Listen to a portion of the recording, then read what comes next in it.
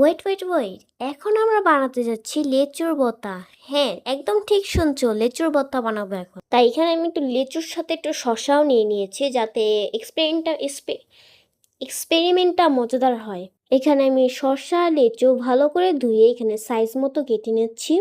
কাটতে কাটতে মনে হলো যখন এই ভিডিওটা আমি পোস্ট করব তখন অনেক জ্ঞানী মানুষ এসে বলবে যে লিচু এইভাবে কেন খাচ্ছ, ঠান্ডা করে খাচ্ছ না কেন। সো আমি এখানে একটা এক্সপেরিমেন্ট করছি, তার জন্য আমি এখানে লিচুটা এইভাবে ভর্তা বানিয়ে খাওয়ার জন্য নিয়েছি।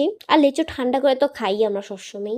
এখন এটা মরিচ আর কিছু লবণ দিয়ে এখন সবগুলোকে ভালো মতো মাখানোর পরে যে স্বাদটা আসলো, আমি এটার মধ্যে একটু মরিচের গুঁড়া দিয়েছি, অল্প একটু মরিচের গুঁড়া অ্যাড করেছি, বেশি না।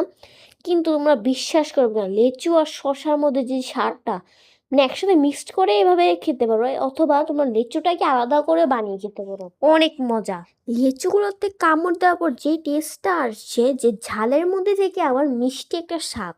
আমি লেচুগুলো খুবই মিষ্টি ছিল তার জন্য খেতে মজা হয়েছে, আর যদি লেচুগুলো চোক্কা হতো তাহলে কিন্তু অতটা স্বাদ আসতো না আমার মতো। সো আমি তোমাদেরকে বলছি যে এরকম ভাবে একবার ট্রাই করে দেখো, আর যদি মজা না লাগে তাহলে ভিডিওটাকে এসে ডিসলাইক করে দিও। সো আজকের জন্য এই পর্যন্ত, দেখা হবে নেক্সট ভিডিওতে।